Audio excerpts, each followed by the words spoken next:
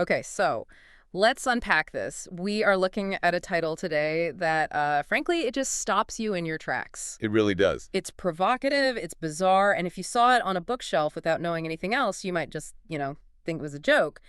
We are diving into Confessions of a Crap Artist. It definitely demands an explanation, doesn't it? And it sounds like someone confessing to making terrible art. Or maybe, I don't know, a con man. A con man. But it's so much stranger than that. Yeah, my first instinct was, is this about a guy who, sculpts out of junk? But before we can even get to what a crap artist actually is, we have to talk about the author. Because when I saw the name on the cover, I genuinely had to double-check I wasn't hallucinating. Philip K. Dick. The one and only. PKD. The man who gave us Blade Runner, Minority Report, Total Recall. I mean, the absolute godfather of paranoid, mind-bending science fiction. And yet, here we are, holding a book that, and this is a big spoiler up front, has absolutely zero robots in it. Not one. No aliens, no colonies on Mars, nothing. Zero. And that is actually the first big twist of this whole deep dive. This isn't science fiction.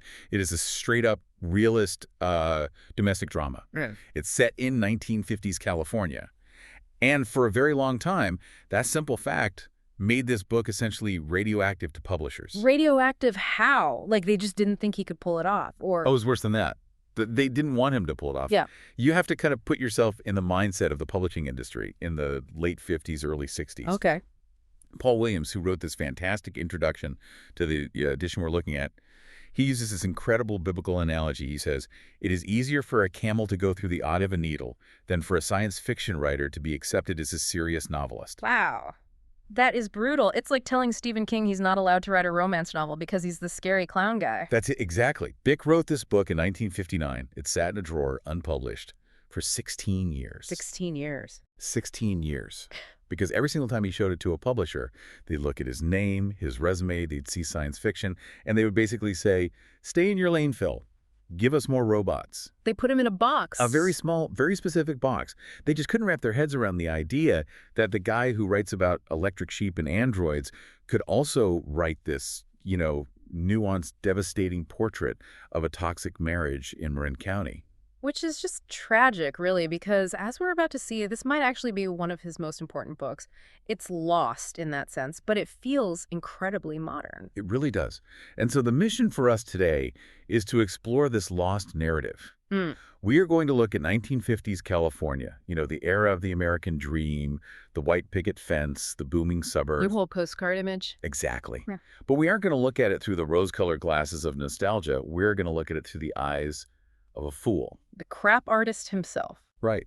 And through his eyes, we're going to dissect a marriage that feels less like a romance and, more like a horror movie that's just disguised as a sitcom. That's a great way to put it. And ultimately, we're trying to answer the question that I think haunted Philip K. Dick his whole life. Yeah. In a world full of so-called normal people who are systematically destroying each other, is the crazy man actually the only sane person in the room? That is a massive question.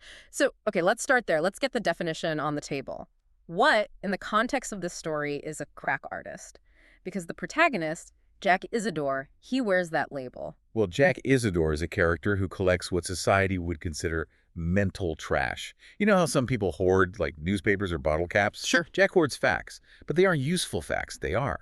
They're fringe science, conspiracy theories, oddball trivia from old pulp magazines. It's the information that polite society just throws away. Okay, give me an example. What kind of mental trash are we actually talking about here? All right, let's open up Jack's mental files. For starters, he believes, with absolute, unshakable conviction, that the Earth is hollow. Okay, a classic. That's a big one.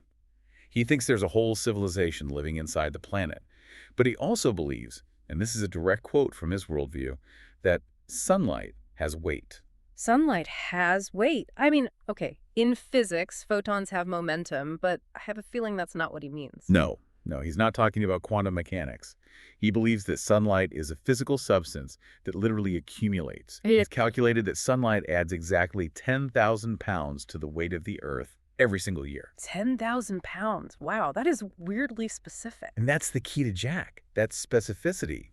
He isn't joking. He's not a performance artist. He applies the rigor and the seriousness of a scientist to data, that is complete and utter garbage. So where does he get this stuff? He reads magazines like Thrilling Wonder Stories or Amazing Stories, these cheap pulp sci-fi magazines, and he treats them with the same respect that a professor would treat an academic journal. If it's in print, it's true. If it's printed, it's data. And if it's data, it must be filed away and cross-referenced. So to the outside world, he's just a nut. He's the guy at the party telling you he's telepathic or that he can move objects with his mind, which, by the way, he also believes. Precisely. And because he traffics in this crap, this useless, discarded information, he is labeled a crap artist. But here's the thing we have to keep in mind as we analyze him. Jack doesn't think he's crazy. He thinks he's a researcher. A man of science. A man of science. Yeah. He thinks he is on the cutting edge of discovery, and everyone else is just too blind, too conventional to see the truth. Which brings us to the incident that really kicks off the whole story, the chocolate ant experiment. This is right at the beginning of the book, and I think it just perfectly encapsulates who Jack is. Oh, it's the perfect introduction. So Jack is living in Seville, California, sort of on his own. He walks into a supermarket, and he steals a can of chocolate-covered ants. Okay, pause right there. Most people who steal food from a supermarket do it because they're hungry, or maybe for the thrill, or, I don't know, they just want the chocolate. Right, normal motivations. But Jack steals them for science. For science. For science. He has read an article somewhere, probably in one of those pulp magazines, about toads being found alive inside dried-up mud balls. The article claimed that these toads were in a state of suspended animation for centuries, and then when the mud was finally washed away, the toads just woke up and hopped off. Oh my God, I think I see where this is going, and I love it. Jack's logic, his crap artist logic, is that the chocolate surrounding the dead ants is chemically similar to the mud surrounding the toads. He develops a hypothesis. Which is? That the ants aren't actually dead. They are merely in suspended animation. So he steals them to rescue them. To liberate the ant colony. To perform an experiment, he fully intends to take them home, carefully wash off all the chocolate, and see if he can revive them. He isn't stealing a snack. In his mind, he's stealing a biological sample for a groundbreaking study. That is just fascinating because it completely changes the morality of the act, at least in his own head. He's not a thief. He's a biologist who's just, chronically underfunded. Exactly. And when he gets caught, because of course he gets caught, he doesn't make up a lie. He doesn't say, oh, I forgot to pay. He earnestly explains the entire scientific experiment to the store manager and then to the police. Which I'm sure just makes him look even crazier than if he just said he was hungry. It convinces them he's utterly incompetent, that he can't function in society.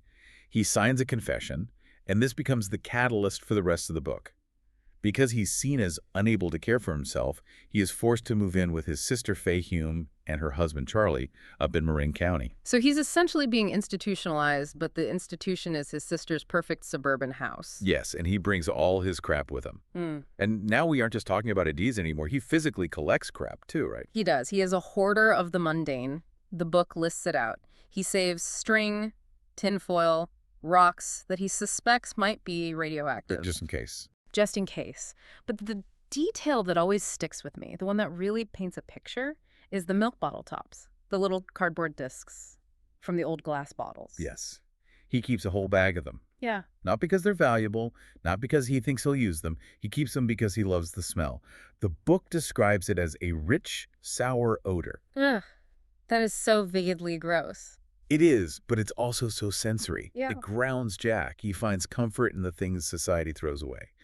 There's another detail about him. He actually calls himself a tire regroover by trade. A tire regroover? What is that? It's a job where you take old, bald tires and you physically carve new treads into them to make them look new again, even though they're still dangerously worn out. Wow. Think about that as a metaphor for his entire life.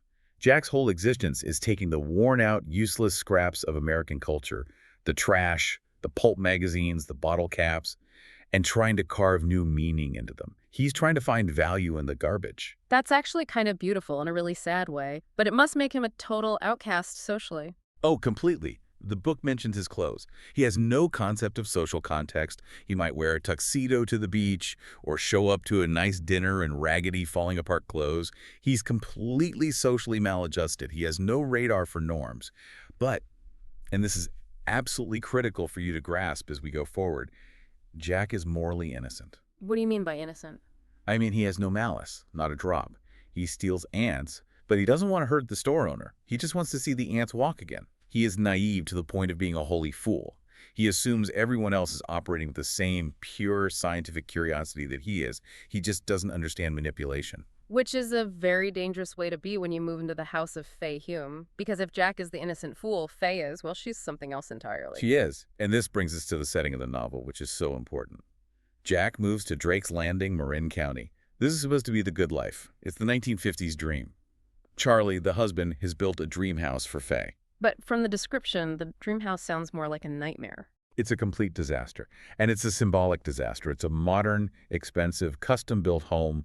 It has huge glass windows, concrete slab floors, all the trendy stuff. But the radiant heating system is broken. So the floors are freezing cold. It's described as being like a cold storage vault. Water seeps in when it rains. They have 3 different auxiliary heating systems all trying to compensate. But the hall is still freezing. It is physically uncomfortable to even exist in that house. That's such a perfect metaphor, isn't it? The house looks great from the street. It's modern, wealthy, successful. But inside, it's fundamentally cold and leaking, just like the marriage inside it. Exactly. The house is physically rejecting them. And we need to talk about the dynamic between Fay and Charlie, because this is where the realism of the novel starts to bleed into what feels like a psychological horror story. So let's break down the players here. First, Fay. She's Jack's sister. Fay is the queen. She's described as attractive, very efficient, incredibly demanding, and she views herself as a natural aristocrat. She refuses to do any housework, not because she's too busy, but because she feels it degrades her. It's beneath her. She thinks she is above scrubbing a floor or cooking a meal? Yes. She believes her role is to manage, to direct, to be, not to do. And Charlie. Her husband, Charlie Hume, is the slob, at least in Fay's eyes. He's a rough-around-the-edges kind of guy. He owns a factory that makes metal signs. He works with his hands. He drinks beer. He's loud. And he loves Fay, or maybe it's more that he's obsessed with possessing her, but he is completely and totally outmatched by her psychologically. He feels trapped by her endless demands. Okay, there's one specific incident in the book that I think we absolutely have to discuss. It's uncomfortable, but it reveals everything about how Fay controls Charlie. We have to talk about the Tampax incident. It is a brutal, brutal scene. So remember, this is the 1950s. Talking about menstruation, let alone buying feminine hygiene products, was deeply taboo. It was private. And Fay, consistent with her aristocratic self-image, refuses to be seen buying her own Tampax. She considers it degrading for a woman of her status to be seen purchasing them. So what does she do? She can't just not buy them. She forces Charlie to do it. Yeah. She sends this rough, macho, beer-drinking factory owner to the local store to buy her feminine products for her. That is so calculated. It's cruel. It is psychological warfare. That's the only way to describe it. Yeah. She knows it humiliates him. She knows he'll be standing in line, terrified the clerks are judging him, that everyone knows what he's buying and for whom. It's a deliberate act of emasculation. And she does it just to remind him of her power over him. Precisely. So he goes, he does it, he comes home, and the humiliation just boils over. And he snaps. He does. He hands her the items and some gum he bought for his daughter, which was the other errand, and then he hits her. He knocks her to the floor. It's this moment of shocking, sudden domestic violence. But Fay's reaction is what gave me chills reading it. She doesn't scream. She doesn't cry. She doesn't seem afraid. No, not at all. She is physically resilient. The book mentioned she does exercises. She's strong, but emotionally, she is pure ice. She takes the punch, and you can almost see the gears turning in her head. She instantly calculates the advantage. The moral high ground. The moral high ground. She realizes that his violence has given her a new weapon. She doesn't react like a victim. She reacts like a chess player who just trapped the opponent's king. She knows she can now use his guilt to control him even more completely. It's terrifying because it feels so robotic. It's like she lacks the software for genuine human emotion like fear or hurt. And we see this with animals too, don't we? There's that story about the cat. The cat story is just heartbreaking. And it perfectly foreshadows everything that happens later with the humans in her life. Charlie finds a stray cat at his factory. He brings it home. And he loves this cat. He dotes on it. He feeds it. It's his little companion. And Fay can't handle that. Fay is intensely jealous, not because she wants the cat for herself, but because she is jealous of the emotion Charlie is spending on the cat. She cannot stand that he has an emotional attachment to something that isn't her or something she doesn't directly control. So she gets rid of it. She, accidentally on purpose, lets it out one day. It disappears. And when Charlie is completely devastated, she gaslights him. She tells him, and this is a near direct quote, You were too emotionally involved with that animal. Too emotionally involved. That phrase is so chilling. It is her primary weapon. She pathologizes love. She treats any attachment that she can't control as a weakness or a sickness. And this is exactly how she operates with people. She isolates them. She breaks their other attachments. She wants to be the only source of gravity in their world. Which is a perfect segue to the next major plot point. Because Fay gets bored with Charlie. He's been conquered. She needs a new project. She needs fresh meat. And that's where the entails come in. This scene plays out almost like a predator stalking prey. Fay is driving her car. Charlie's in the passenger seat, and she spots a young couple riding bicycles. Nat and Gwen Antile. She doesn't know them at all, right? They're just strangers. Complete strangers. She just sees them. And she is struck by their youth and their physical beauty. She says they look like something out of Nietzsche. That is such a weird thing to say about two random people riding bikes. It shows how she views people, though. She doesn't see human beings with inner lives. She sees aesthetic objects. She sees Ubermensch potential. She decides right then and there that she must know them. It's not a desire, it's a command. She forces Charlie to stop the car. She essentially stalks them. So it's not a friendly hello, it's a hunt. It is a hunt. She eventually tracks them down at a local grocery store and more or less forces an introduction. Now let's look at the victims here. Nat Antile is a graduate student in history. He's smart, he's studying the fall of Rome, specifically the era of Theodoric the Goth. He considers himself an intellectual. And his wife? Gwen is his young wife. She's pretty, but she's portrayed as a bit naive, maybe a little bit vapid. She's easily impressed. So Fay swoops in. She invites them over. She dazzles them with the big modern house, her culture, her intense attention. But Nat isn't sold immediately, is he? He's a bit suspicious. No, and this is to Nat's credit, at least at first. He dislikes Fay. He tells Gwen he thinks she's bossy.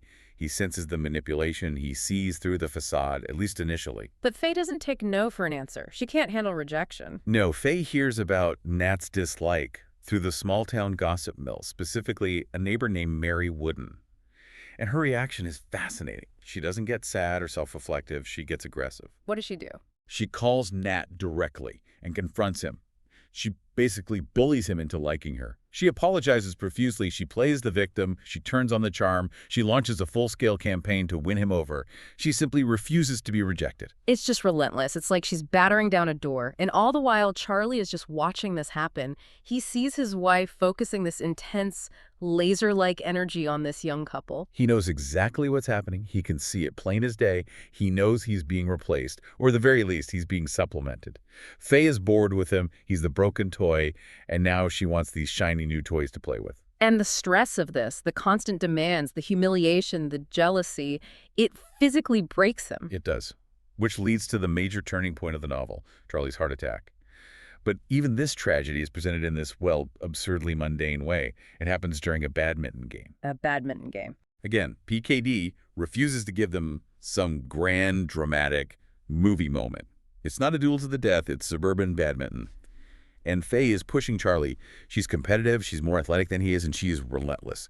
She keeps hitting the birdie over his head, forcing him to run back and forth. She's just running him ragged. She is. He runs back for a shot, he trips, his racket snaps in half, and he collapses onto the lawn. The snapped racket, I mean, that's such a heavy symbol. He has literally snapped. And he describes the sensation as eating the ground. He's face down in the dirt of his own backyard. This completely shifts the power dynamic in the house. Charlie survives the heart attack, but he is confined to a hospital bed. And the imagery here is just grotesque. Charlie describes himself as feeling like a shaved pig. A shaved pig? God, that's a horrible image. Helpless, pink, squealing, immobilized. He realizes in that moment that Fay has finally and completely won. She has the house, she has the money, and now with him stuck in the hospital, she has total freedom. He is just meat in a bed. And this is where Jack, our crap artist, comes back into the narrative in a really crucial way. Jack starts visiting Charlie in the hospital. Right. Now, Fay is visiting Charlie too, of course. But she's telling him lies. You know, oh, everything is fine at home. I miss you. I'm just staying home and taking care of things. He's managing the narrative. Exactly. Yeah. But Jack doesn't know how to lie. He doesn't understand the social utility of a white lie. He's a reporter. He's a data logger. That's all he is. He visits Charlie, and he reports the news of the household with zero filter, zero emotional inflection. He'll tell Charlie about how many eggs the ducks laid that week. And then, in the very same monotone voice, he'll report that Fay is seeing Nat Antail alone at the house. The ducks laid 30 eggs, and Fay sat on the couch with Nat until 2 in the morning. Exactly. He puts those two facts on the exact same level of importance. To Jack, they're just facts. He isn't trying to be cruel. He isn't trying to stir the pot. He is just updating the logbook for the man of the house. But for Charlie, lying there like a shaved pig, this is the confirmation of his absolute worst nightmare. It's his personal hell, delivered like a weather report. So let's talk about what Jack is reporting. This brings us to the next stage of our deep dive, the affair. Because with Charlie safely out of the way, Fay does not waste a single second. She moves on Nat with terrifying efficiency, and she uses the oldest trick in the book, the helpless female act. She calls the Antails' apartment and claims she can't balance her checkbook. The checkbook. It's such a cliche, but I guess it works. It works because Gwen, Nat's wife, is so naive. She hears this and she thinks, oh, poor Fay, she's so overwhelmed with Charlie in the hospital, she can't even do simple math. Gwen actually encourages Nat to go over and help Fay with her finances. Oh, Gwen. She sends the lamb to the wolf. She really does. So Nat goes over, Fay picks him up in her car, and notice the driving again.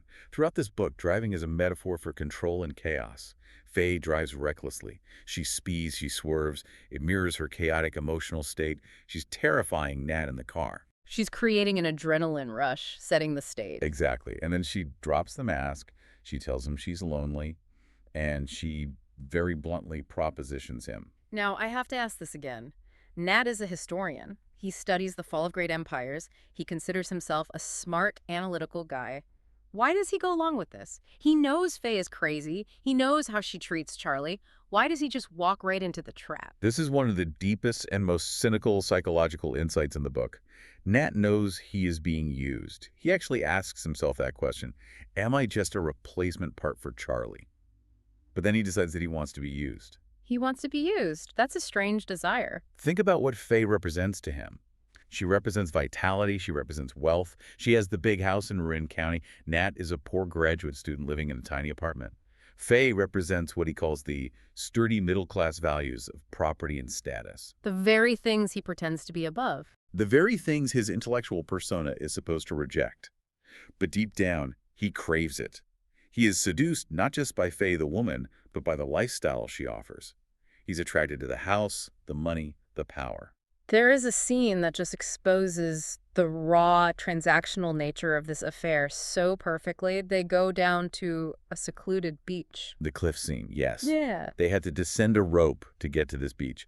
And again, the physical action is a metaphor. Fay is athletic, dominant, scrambling down the rope with no problem. Nat is fearful, clumsy, struggling, dangling. It's a physical manifestation of their relationship. She leading him down into the abyss. And once they're on the beach, do they talk about poetry? Do they talk about love and feelings? No. They talk about money. Fay lays out her household budget for him. She says she has a budget of $12,000 a year, which was a lot of money in 1959. And she starts calculating out loud exactly how Nat could fit into Charlie's slot. Like it's a spreadsheet. It's a business proposal. If Charlie dies, or if we divorce, here's the budget. Here's how it would work with you. It's a job interview. It is. She is interviewing him for the position of husband number 2. It is practical, it is cold, and it is completely, utterly calculating. So on one hand, we have Fay, who is sane enough to balance a budget, or at least get someone else to do it, and plan an entire future based on it. And then on the other hand, we have the real crazy people. I want to talk about Mrs. Hambro, because while all this sane adultery and manipulation is happening, Jack meets a genuine cult member. This is such an important and bizarre detour in the book. While the normal people are busy destroying their marriages and lives, Jack meets Mrs. Hambro, and she is a true believer. She's part of a local UFO cult. And what does she believe, specifically? She believes the world is ending in May. She hears voices from space. She believes that she was literally crucified last Friday and then resurrected on Sunday. Wow. That is heavy stuff. And she's described physically as a top-heavy woman, shaped like an inverted pyramid. She's grotesque in her own way. She seeks Jack out and tells him that destiny brought him to Drake's Landing to be part of their group. And Jack, being Jack, he must love this. This is his kind of data. He is mesmerized. She has these unblinking eyes. She describes a specific headache she gets, which she calls her crown of thorns headache. And Jack suddenly realizes, wait a minute, I have that same headache. He feels an instant kinship with her. He thinks he's finally found his people. But look at Fay's reaction to Mrs. Hambro. When Jack tells her about this woman, Fay dismisses her immediately. She calls her a nut. She uses the clinical term. She calls her a systemized schizophrenic. She medicalizes her and writes her off. and here is the central irony of the entire book, isn't it? Fay calls Mrs. Hambro crazy, but Mrs. Hambro is harmless. She's just sitting in her house with her weird beliefs, waiting for the world to end. She isn't hurting anyone. Exactly. Who is the more dangerous person here? Is it the woman who thinks she was crucified last week? Or is it the woman who is actively, coldly, systematically gaslighting her husband, inducing a heart attack, and breaking up a young marriage for sport? It's the normal one, the one who can drive a car and host a dinner party and balance a checkbook. That is PKD's central thesis right there. Fay is sociopathically sane. Mrs. Hambro is harmlessly delusional. And Jack, our crap artist, he stands right in the middle of these two worlds. He's the gutter sociologist. What do you mean by that? Well, he sees the logic in Mrs. Hambro. He thinks, well, prophets have always been persecuted, so maybe she's onto something. But he also sees the practical, day-to-day evil of Fay. He observes the madness of suburbia from the outside without any of the filters that normal people have. So as we move toward the climax of the book, Jack's role in the Hume household starts to change pretty dramatically. Charlie is still in the hospital. Fay is out running around with Nat. So who is actually running the household? Jack is. The fool, Yeah. the incompetent, the crap artist. He becomes the housewife. He just steps up. He steps up, he starts cooking, he cleans the house. Most importantly, he takes care of the two children, Bonnie and Elsie. And here is the big surprise. He's actually good at it. Better than Fay. Much, much better. The book makes it clear that Fay hates her children. She finds them annoying. She treats them like accessories that happen to talk too much. Jack loves them. He plays with them. He listens to them. He creates a sense of stability in that chaotic, cold house. He even saves the family money because he doesn't need to hire help. But Charlie, the man's man, when he hears about this, he must hate it, right? Charlie is horrified. When he finds out that Jack is doing the housework wearing an apron, he thinks it is utterly degrading. He sees it as shameful for a man to be scrubbing floors and cooking meals. It offends his 1950s sensibilities. But Jack doesn't have that ego. Not at all. Jack sees it as a perfectly fair exchange. You give me food and shelter, I clean your floor. It's honest. It's a simple, non-transactional kindness in a house that is built on manipulation. And this leads us to what feels like the vindication of the crap artist. Paul Williams talks about this in the introduction we mentioned earlier. He says Jack is no dummy. He's not. He's the smartest person in the book, in a way, because he has no preconceptions, because he's willing to believe that ants can be resurrected or that the earth is hollow. He is also the only person willing to see the plain, unvarnished truth about the people around him. He doesn't have that social filter that says, I shouldn't notice my sister's sociopathy because that would be rude. Exactly. He sees what is, not what's supposed to be. Yeah. And he always, always acts without malice. That's the key, isn't it? That's the absolute key. When he steals the ants, it's for science. When he tells Charlie about the affair, it's not to be cruel, it's just a fact, like the weight of sunlight. Fay, on the other hand, destroys people for power. Charlie destroys himself with his own repressed rage. Nat sells his soul for comfort and status. And Jack. Jack adapts. He survives. He's the only one who ends this book with his soul completely intact. It's so interesting. We started this whole deep dive sort of laughing at the title, Confessions of a Crap Artist. We thought it was about a guy who is, just full of it. But by the end, you realize the real crap artist isn't the person who collects junk data. It isn't the person who believes in UFOs. The real crap artist is the person who constructs a fake persona, a fake life, in order to manipulate and control other people. That's Fay. That's Fay. She is sculpting a life out of lies and cruelty. She is the true artist of crap. And Jack's reality, this bizarre world where the earth is hollow and sunlight has weight, is actually a safer and maybe even a kinder place than Fay's normal world of social climbing and adultery. It forces you to ask a really uncomfortable question about your own life, doesn't it? Are we too focused on being sane? Are we too focused on maintaining appearances and being in control? Because look where that got Charlie. Look where that got Nat. They played the sane game and they were destroyed by it. It's such a provocative thought. Maybe we all need to be a little more like Jack Isidore. Maybe we need to stop trying to control the narrative so fiercely and just observe what is actually there, even if it seems crazy to everyone else. I think so. Better to be a kind fool than a cruel master. Absolutely. Well, that's our deep dive into the strange, unexpectedly realist world of Philip K. Dick. It's a wild ride, and I know I'm never going to look at a milk bottle top the same way again. Or a chocolate-covered ant. Definitely not. Thanks for listening. We'll catch you on the next deep dive. Stay curious.